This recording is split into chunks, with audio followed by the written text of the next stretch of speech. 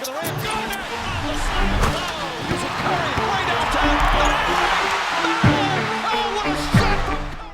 So my goal was definitely to do the Eastern Conference and Western Conference predictions in the same video, but after I recorded them, it was just too much. I don't like posting 30+ minute videos to the channel, so we are splitting them up, starting with the Western Conference, looking back at some of what happened in the last series, and then talking about what I think is going to happen in the next one. Alright, Lakers and Warriors. Let's talk about it. I predicted Lakers in 6. They won this series in 6. I'm gonna assume I probably got attacked by Golden State fans for saying that they were gonna go out in the second round that way, just because they did beat the Celtics in the finals last year, but no, I was just talking about what I saw in the first round from both teams, and yeah, that is pretty much what happened for the most part. At the end of the day, the Lakers were just a much deeper and more versatile team this time around. I think that anybody objectively watching could have seen that. Hell, for the last game, they took Jared Vanderbilt out, they used Dennis Schroeder. Vanderbilt, I thought through the beginning, was doing a better job guarding Curry than I thought he was going to do. Hell, the Lakers did a better job guarding Curry than I thought, even though he ended up having what I would call a good series. To start, there was some struggle there, and the Lakers, they made his looks tough. But then you also had times where having Vando in the game would hurt you, so hey, you know what? We're going to go with a different lineup. Here goes Lonnie Walker to come in and have the biggest game of his life and pretty much in the series. Hey Steph, you need an all-time important 3? Well, that's too bad. Anthony Davis can play defense on the perimeter if he has to. Yeah, unfortunately, we can pretty much just get what type of production we need out of multiple players and end up with 6 guys averaging double digits. Golden State, what are you going to respond with? Well, outside of Curry having his great moments, which again, shooting-wise, this wasn't even his best series, hopefully Klay does well if his threes aren't going, and hopefully he doesn't take terrible shots. Hopefully Jordan Poole can be good at basketball again. Oh wait, 8 points a game on 25% from 3. That was absolutely my biggest problem coming in, is after Jordan Poole, who already looked shaky, where was the rest of the support consistently going to come from? You got a JaMychal Green legacy game when you needed it, but that was not going to be anything consistent. Moses Moody to begin with was doing little things well, but nothing major. If you're depending on Donte DiVincenzo to be a consistent support piece at all times and when you a series like this, you're in trouble. If Gary Payton makes some threes, we live. There just was not enough of the Warriors this time, man. There was not enough. And because there was not enough, I really felt like to start the series, they were able to make these looks really tough for Curry. And again, Klay is just not what he used to be. Not enough consistency, not enough depth. Dare I say that as long as the Lakers just went out and did what they were capable of and they didn't do stupid things, this was quite an easy series call. Anthony Davis ended up with 21.5 points, 15 rebounds, averaging 2 blocks a game. He totaled 13, which is where I want to correct a hilarious mistake from last video where I said he had 55 blocks in 6 games. Look, I made that video at a point where I was not sleeping, I saw something somewhere, I thought I heard something, it was a whole thing. Get your sleep, kids. Anthony Davis being healthy and playing great ball is a sight to see. There was a scare, of course there's always a scare, but if you can have a healthy AD on the floor, this is what the Lakers' potential has always been. They are back in the Western Conference Finals after a first round exit and a year out of the playoffs,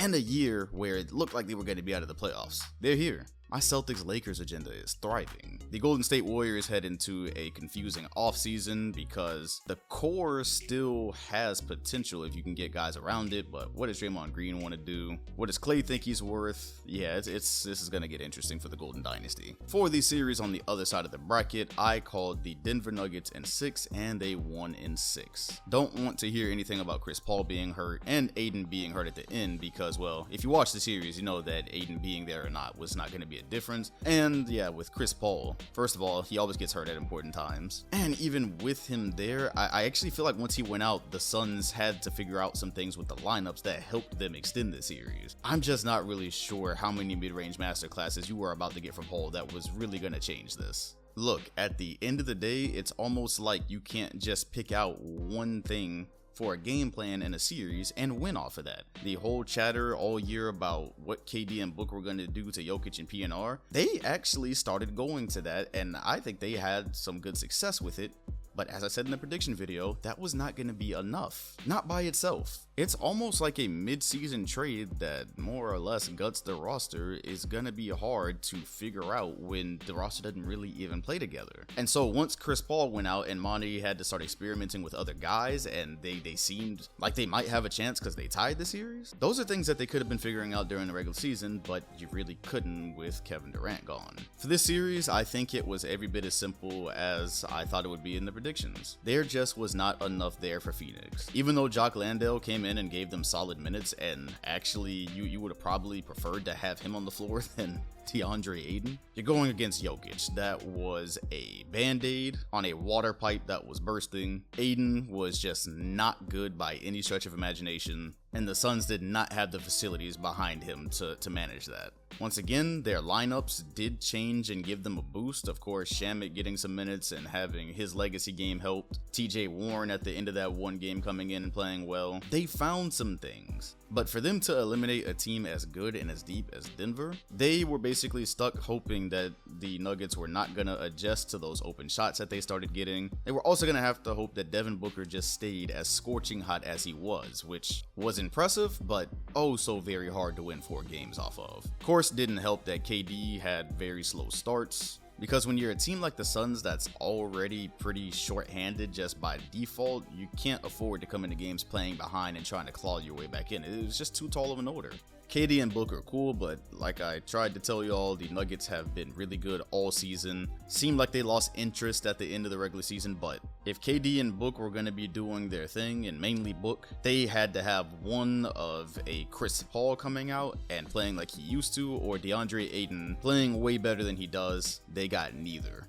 But the 2 games they got were at home. They started out hot enough to be able to kind of play ahead, and Denver still almost got those. So they move on to the conference finals. Jokic, it's crazy. When he has a healthy team, he tends to go far. Meanwhile, Phoenix goes into a summer of questions because they have fired their pretty successful coach, but it seemed like fans were getting tired of him anyways. Although there's a whole conversation to be had there about the hand they just got dealt with that KD trade. And then, yeah, they still have to figure out what to do with Ayton because he says his heart is in it, but the footage says otherwise. As you may now see, I was dead serious when I told y'all this was not a super team.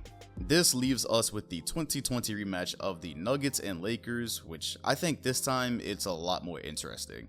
Honestly, when it happened in 2020, you got this bubble environment where they're able to come back 3-1 twice. I really would have rather have seen the Clippers at that point. Now, the Nuggets and Lakers, I can pretty confidently say is kind of what I wanted to see here. This what Denver has been able to build is amazing. And what the Lakers were able to do in turning around their roster at the last minute to be able to make this run is also amazing. So where does that leave us for a series? Well, to begin with, Jokic is about to see the first big of the playoffs that can actually do something with him, or can at least attempt to do something with him. This is not Rudy Gobert, this is not Jock Landale or Ayton. This is Anthony Davis, who is having a dominant defensive postseason. Oh, and he plays offense too, aggressively, sometimes, but he gets around.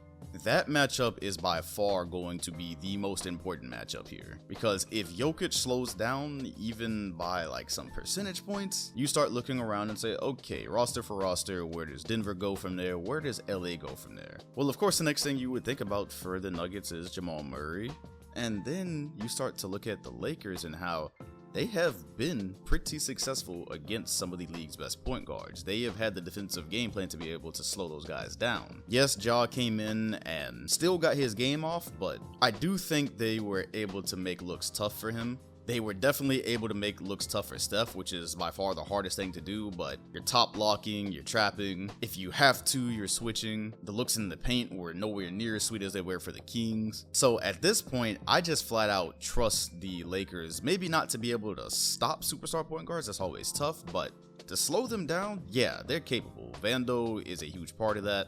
AD is also a huge part of that, but see, that's where this does get slightly complicated, because while they have had some success against these guards, this is also the first team that has a guard-big combo that is basically the team's core of superstars. So when you're guarding things like PNR and you're executing that however you do, you can't just forget about who's on the other side of that. This is going to be a much tougher cover, as when Jamal Murray does manage to get in the paint or around the screen, it's not just going to be AD waiting to contest a shot there's Jokic on the other side of that, and Murray will be looking for him if he needs to. This, of course, should open up some looks for their shooters, wherein Michael Porter Jr. is going to have to come up big, and not just in Denver. No. They're going to need him to have a big shooting series just in general. Same with KCP. For MPJ, quiet is kept. He's having a pretty good defensive postseason, which for those of y'all whose last update you had on him was that he was a defensive liability, yeah, it's not really a thing anymore. It's helpful because I'm sure that he will end up seeing some looks on LeBron James when Aaron Gordon isn't on him. If you have to, I'm sure Bruce Brown will get thrown into that mix. But LeBron seems to be perking up as this postseason goes along. The shot looked better, the drives looked better. So between he and AD, I am kind of wondering what you're looking at defensively for the Nuggets. AKA, I'm a bit worried about the rim pressure that Jokic is about to see. Given the load that he carries on offense, the Lakers are about to be testing him. And this isn't a Suns take of, oh, he can't defend, nothing like that. It's just that's a lot. That's a lot of responsibility on both sides. That's a lot of potential for foul trouble on the defensive end. But it also goes both ways because as good defensively as AD has been, this is the first time he's going to see a direct matchup that can actually challenge him. So alongside having to have the defensive duties that he's had on the back line, he's going to have one-on-one possessions, and there's a potential for foul trouble for him as well. So you know what's happening here? As I'm going through the matchups and the players, how they played last series, things of that nature, I'm figuring out this series is actually a lot tougher to call than I thought it was. I thought I had the answer, but low-key, both of these teams have so much they can get to. They have so much versatility. They have the ability to make shots. They have the ability to score in the paint. They have the ability to defend. They have the ability to mix up the lineups one game and throw the other team off its toes, or to go from one game plan to another, which will require the other team to change their lineup. There's just a lot. I'm going to be splitting hairs here because now I'm thinking about things like, well, okay, D'Angelo Russell comes in and has important games and hits important shots from time to time, but what if they can't hide him this series? What if he's getting dotted off ball and you don't want him defending Jamal Murray on ball, and so you lose some of his effectiveness? Or what if to keep up with the Nuggets offense, the Lakers have to end up sitting Vando more, and now they can't effectively execute the defensive game plan that can probably serve them best against the Nuggets guards? This actually might be the toughest series yet. I'm gonna stick with my original prediction. Even though I want the Lakers to advance because I'm thirsty for a Celtics-Lakers finals matchup, I'm gonna pick the Nuggets in 7. I think this has potential to be a gigantic chess match, and it might just end up being one of those things of who slips up first. I just personally like some of what I think the Nuggets can do with their lineup better, and I think they can make the Lakers bend in ways that they just haven't had to in this postseason yet. So that's how I'm splitting the hairs. I'm gonna go with the Nuggets, but I will actually be so satisfied if the Lakers pull this out. Hopefully it's good basketball. So that's what I've got here. I did not get a prediction wrong in the last round. I've actually only gotten 2 wrong thus far, and they both came in the first round. So let's hope I can continue that streak. If you disagree with it, let me know why in the comments. Also, hit the like button, comment, and sub if you enjoyed. And yeah, come through to the draft lottery tonight. If you're watching this, it's probably pretty close to the time that we'll be on playback.tv/Dom2K seeing which of y'all trash franchises that Wembanyama is going to save. Appreciate you all watching, and look out for the Eastern Conference predictions tomorrow before the Heat and Celtics.